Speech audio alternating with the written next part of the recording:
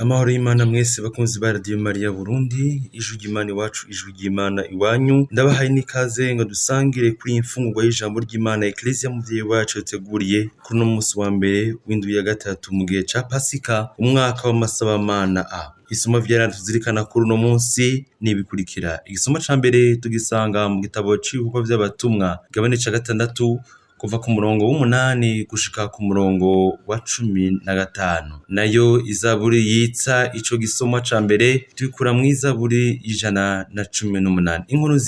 Inkuru nziza dusanganira n'inkuru nziza yanditswe na Yohani Mweranda, igabane ca 6 kuva ku murongo wa 22 gushika ku murongo wa 29. Muri kumwe na jewe Patiri Irakoze Jean Claude, ankukira diocese nkuru ya Bujumbura, abasanzwe ndangura ubutumwa muri paruwase ya Kivoga. Yaga Mukama, umusavyi wawe aguteze yompi. Ivyo dusoma mu gitabo c'ibikorwa vy'abatumwa. Muri irya misi Stefano yuzuye inema n'inganji, yahora akora ibitangaro n'ibimenyetso bihambaye mu gihugu. Bamwe mu Bayahudi bari baje mu sinagoga bita iry'imbohorwa, iry'Abanyasireni n'iry'Abanyalexandriya. Be nabo muri Sirisiya nabo muri Aziya barahaguruka ngo baharirize Stefano, ariko ntibashobora gutsinda ubwenge na mutima yamuvugisha. Bano rero bahera abantu bo kumubeshera bati, twarumvise atuka Musa n'Imana. Baragumura igihugu, abashinga ntahe n'abigisha, baraheza baramufata bamujana ku rubanza. Bagira ko bararondera n'abagirizi b'ibinyoma, bavuga ngo uyo muntu nasiba gutuka igisengero n'amabwirizwa. Twarumvise avuga ngo Yezu w'i Nazareti azosambura ico gisengero, akongera agahindura imigenzo Musa yadusigaranye. Abari muri urwo rubanza bamuravye basanga asa n'umumarayika. Iryo ni ijambo ry'Umukama.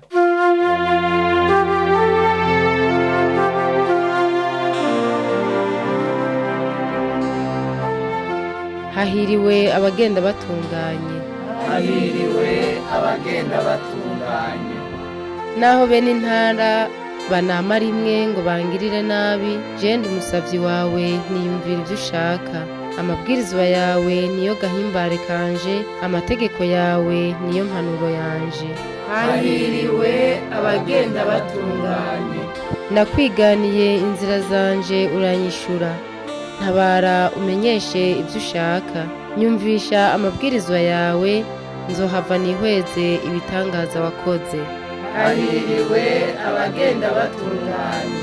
Nkingira inzira y'ibinyoma, ungabire amategeko yawe. Jewe nitoreye inzira y'ukuri, namye nishakira ingingo yawe. Hahiriwe abagenda batunganye.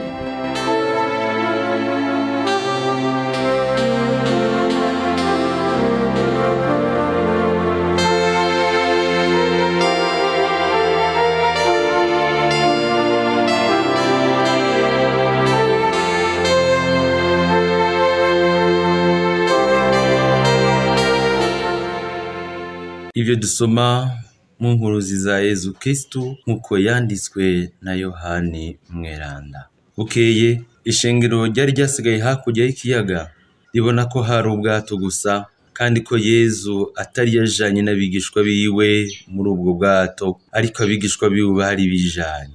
Ariko ayandi mato ava i Tiberiyade aza hafi yaho bari baririye imikate Umukama banje gushimira Imana.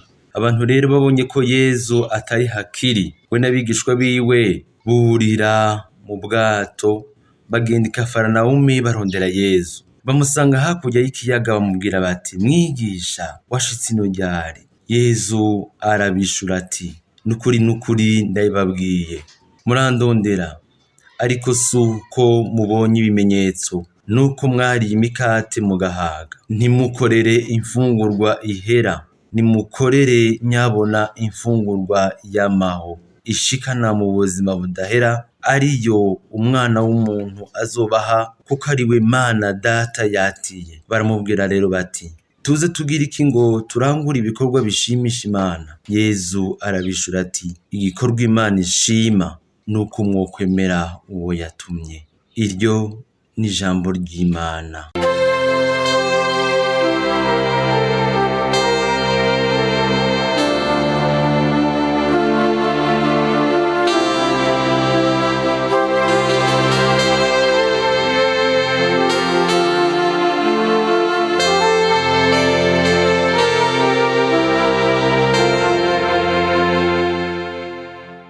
nimukorere imfungurwa ihera, nimukorere nyabona imfungurwa yamaho ishikana mu buzima budahera. Inyuma yaho Yezu amariye kugaburira ishengero ry'abantu imikate bagafungura kugeza aho bashaka, uno musi Yohani Mweranda abandanije atwereka iryo sinzi ry'abantu barondera Yezu, bakamuronderana n'inguvu zabo zose, mbere bakurira n'amato bamusanga iyari we n'abigishwa biwe. None ikibazo twokwibaza, abo bantu bamuronderera iki? Mbega tweho iyo turondera umukama tumuronderera iki? Muhundi rero bavukanyi tuzikane ijambo ry'Imana uno munsi Eklezia duhaye ngo dufungure dufatiye ku ngingo zitatu, ari byo vyumviro bikuru nza gushimikirako. Ubwa mbere, icimbiro ca mbere, imfungurwa ihera. Ubwira kabiri, imfungurwa yamaho. Ubwira gatatu, ukwemera gushingiye muri Yezu Kristu we ntumwa ya Mana Data. Ubwa mbere, imfungurwa ihera. Handitswe ngo bukeye ishengero ryari ryasigaye hakurya y'ikiyaga aho bari baririye imikate, ribonye ko Yezu atari hakiriwe n'abigishwa biwe, burira ubwato bagenda i Kafarinawumi hakurya y'ikiyaga bamusangayo. Kubera kumbure ko Yezu yari yagiye atabasezeye, nabo bakaba batashaka kuvana nawe, kuko birumvikana nyene iyo bari kumwe na Yezu nta mukate bigera babura. Batanguye rero kwitangaza bashitse imbere ya Yezu, nkuko womengo bahuye na Yezu batari babiteguye. Bagize bati, mbega mwigisha washitse ino ryari? Womengo bahahuriye nk'abatavuganye, kujya ko abantu bahura atawe wari yiteze uyundi. Bariko bakoresha uruyeri n'ubwenge bwinshi ngo bihishe inyuma y'ubugenzi bafitiye Yezu kugira ngo bashikire ku nyungu zabo, nta kindi barondera atari umukate. Niho Yezu aciye abereka ko adashimye na gato iyo ngendo yabo. Baje kumurondera atari uko bamukunda canke ko bamwemeye, ariko nuko bamwironderamwo. Si ukwemera gutuma bamwoma inyuma, ariko nuko bashaka umukate. Niyo Yezu abagize ati, nukuri ndabibabwiye, murandondera ariko si uko mubonye ibimenyetso, nuko mwariye imikate mugahaga. Muri iki gihe turabona abavukanyi abantu benshi barondera Imana. Amasengero turabona aguma yagurwa kuko abasenga bagwiriye babaye benshi, none batagishobora gukwirwa mu masengero. Turabona ahenshi mu maparuwasi inkuka za misa zongerezwa, bakava kuri imwe zibiri ku misi y'Imana bahagera no kuri zitanu. Aho ntituvuze utudumbidumbi natwo duca tuvuka, abenshi bakagenda kurondera Imana hirya nino. None iyo nyota iterwa niki? Iyo nyota iva kuki? Uko biri kose abantu baranyotewe Imana, kandi nivyo abantu baranyotewe Imana, kandi iyo nyota nyene iragahoraho. Uwo nyotewe nyakunyotegwa n'uwo nyotegwa Imana, kandi inyota umuntu yogira ni inyota yo kurondera umukama. Umwanditsi w'Izaburi niho agira ati, ewe Imana uri Imana yanje, ndakurondera bugica, umutima wanje urakunyotewe, umubiri wanje nawo uraguhurumbira nk'isi yumye yagadutse yabaye imbura amazi. Inyota umwanditsi w'Izaburi afise ni inyota y'umukama, kandi inyota iramuraramwo akayizindukana akayirigwana, kurya kw'isi yagadutse, isi yabuze amazi. Abantu baranyotewe, abantu barakeneye Imana. Abantu turabona no mw'isengero bagundagundana, bamwe bagahagarara kuko babuze aho bicara. None iyo nyota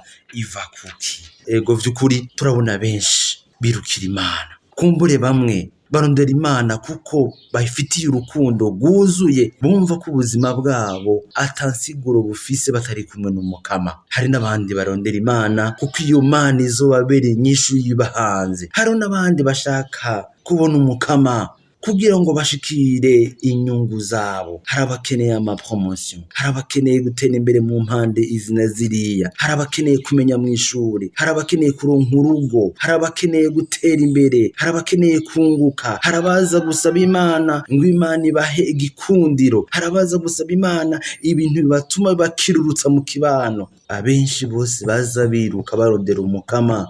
Hari abarondera ibitandukanye n'ivyo umukama yo dutumirira kumuronderera. Mbere turabona benshi bitwaza Imana ariko hari inyungu za politike ziri inyuma. Iki bitwereka n'icahe nuko baza kurondera Imana ariko ntibubahe ibwirizwa n'itegeko ryayo. Turabona n'abandi bakristu benshi batari bake bajuragirika barondera uyo Yezu yoba yaragiye gukiriza, kuko iwabo womengo Yezu sihari. Bagafata amato bahawe abatumwa, abandi bagiye kurondera Yezu Kafaranawumi, bo bagafata amato baja kurondera Yezu iyo yoba ari ngo baronse ico bashaka. Uno musi turabona muri ekleziya umukristu asenga vy'ukuri agasaba umukama ngo amuronse iki na kiriya ngo amukize indwara, ariko yateba gato gukira iyo ndwara canke yateba gato kuronka ico Yezu yamusavye, ico yasavye Yezu, agaca ava muri ekleziya agaca agenda mu yandi madini, ejo gaca umusanga yagiye muri eglise ya Bon Pasteur, muri Bon Pasteur kumbure yibaza ko ariho Yezu azomukiriza, naho vyanse agaca hindura akaja mu yandi madini, ukamusanga agiye muri Gerison des Âmes, naho nyene ataronse agaja mu wandi madini, aguma yirukanga akaja mu madini y'abadapfa, akaja mu madini y'abasenga siniya, akaja mu idini ya eglise zitandukanye. Kuberiki iyo nyota none ayirondera ariko ntiyigere ihera? Nukubera ko arondera umukate uhera, arondera ibimukuririza, arondera ibintu bimuha ininahazwa n'iteka aho kurondera iteka ry'umukama. Mwene abo bantu rero baheza barushe kuko batigeze bamenya ico boronderera kwa Yezu, mbere ntibaramenya n'uwo barondera uwo ari we. Ni Yezu Kristu wenyene ubwiwe aduha imfungurwa yamaho, kandi iyo mfungurwa idushikana mu buzima budahera. Iyo mfungurwa nayo tuyisanga hehe? Ni muri ekleziya ya Yezu Kristu. None rero nimukorere imfungurwa yamaho, niko Yezu Kristu avuze. Ubugira kabiri, imfungurwa yamaho. Mu gihe Yezu we abagaburira imikate, ishengero ntiryashoboye gutegera ico iyo mikate yagwijwe ikabagaburirwa isigura. Nico gituma Yezu wenyene ubwiwe aciye abasaba guhindukiza amaso n'ubwenge ngo ntibayagumize kuri iyo mikate abagaburiye ihera, barya bwaca bakavyuka bashonje. Murazi kwinda uyibarira ico wayirarije, utayibwira ico wayihaye, inda nibahomora, inda ntiyuzura. Niho Yezu raciye abagira ati, emwe ntimukorere imfungurwa ihera, nimukorere nyabona imfungurwa yamaho ishikana mu buzima budahera, ariyo umwana w'umuntu azobaha, kuko ari we Mana Data yatiye. Yezu Kristu umuvukanye niwe waguha imfungurwa yamaho, mbere niwe nyene imfungurwa yakwihaye, niwe imfungurwa yatwihaye, niwe imfungurwa yanyihaye jewe ubwanje, kugira ngo twese umwakiriye wese aronke ubuzima budahera. Ukurondera Yezu bwa mbere atari ukurondera ivyo aduha gusa, ngiyo rero inzira nyayo izodushikana mu buzima budahera. Ngiyo rero inzira nyayo izotumara inyota ikaduha amahoro yuzuye. Ni wemera ko Yezu akubera imfungurwa, azokumara inamba, azokumara inyota yose ufise. Mbere na ekleziya yaratangaje cese mu nyandiko zayo yise ekleziya muri kino gihe ca none ko ata kintu na kimwe coshobora kumara inyota umutima w'umuntu atari Imana yonsa. N'amatungo yo kuri iyi si ntiyigera atuma nyene kuyahahamira ashira ipfa ryayo. Turabona benshi basavye ivyo basaba, Imana ikabaronsa ubuzi, Imana ikabaronsa amatungo, Imana ikabaronsa umuryango, Imana ikabaronsa ibibondo, ariko batigeze bashira ipfa. Bagumye barondera. Uno munsi buzuye amarira n'umubabaro, kuko umutima wabo atamahoro ufise, naho bafise ibintu barundarunze, naho bafise ico barya, bafise ico biyereza, ariko umutima wabo ntiwigera utekana, kuko badafise Imana. Bamwe rondera Imana, rondera umukama n'umutima wawe wose, niwe azoheza akaguha n'imfunguro y'ubuzima budahera. Ugusangira ku meza meranda rero bavukanye ku bwacu nico cemezo nyaco c'ubuzima budahera. Mbere uwakiriye imfungurwa nyeranda arashira amazinda ko kubera iyo mfungurwa umunsi uri izina azotorana bwa buzima budahera Yezu atwemerera. Niwe nyene Yezu mu nyuma azogera ati umukate jewe nzotanga n'umubiri wanje uzanira isi ubuzima. Ugukorera Yezu Kristo we mfungurwa yamaho ni ngombwa kuri izina mu Kristo wese. Birabereye rero ko twebwe twese bavukanye wewe mu Kristo birabereye ko tuva mu bwinshi tukikura mu ishengero akabiri rondera gusa ico ryirira kugira ngo maze mu nyuma duheze dutere intambwe turondere Yezu mu kumwemera vy'ukuri ko ari we Mana igaba, ko ari we Mana iganza, ko ari we mukama wacu, ko ari we dukesha uburaro n'uburamo, ko ari we asumba vyose, ko ari we mirukiro yacu, ko ari we kwiye ishimagizwa nini nahazwa yahawe na Mana se kugira ngo twoye kuguma tubona gusa ivyo aduha. Uwo mwemeye aba yemeye n'uwamwatiye. Uwemeye Yezu n'urupfu nyene benshi batinya ntirumutera ubwoba, ntajugumira imbere y'abagomba kumugirira nabi, yuzuzwa ubutore, yuzuzwa ubutwari, arakora ibitangaro n'ibimenyetso nyene.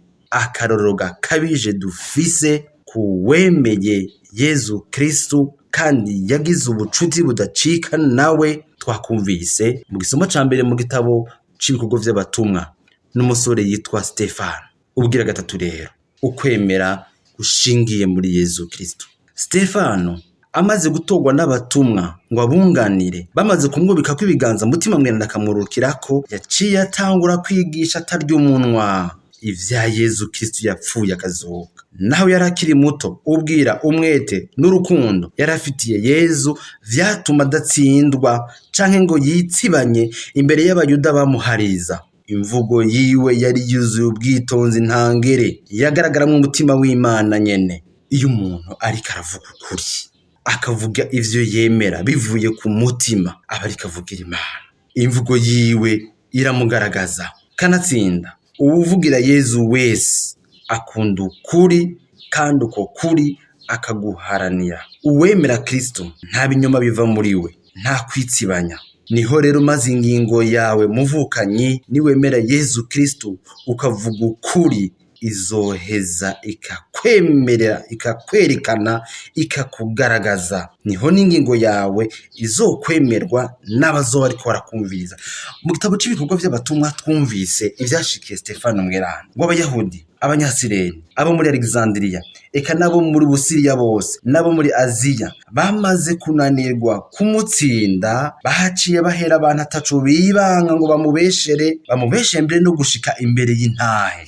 Mu nama nkuru y'igihugu naho baca bazana abagirizi b'ibinyoma ngo barondera aho bamuca ngo bamucire urubanza rwo kumwikiza. Stefano we ngo abahari mu nama nkuru y'igihugu bamuravye babona asa n'umumarayika.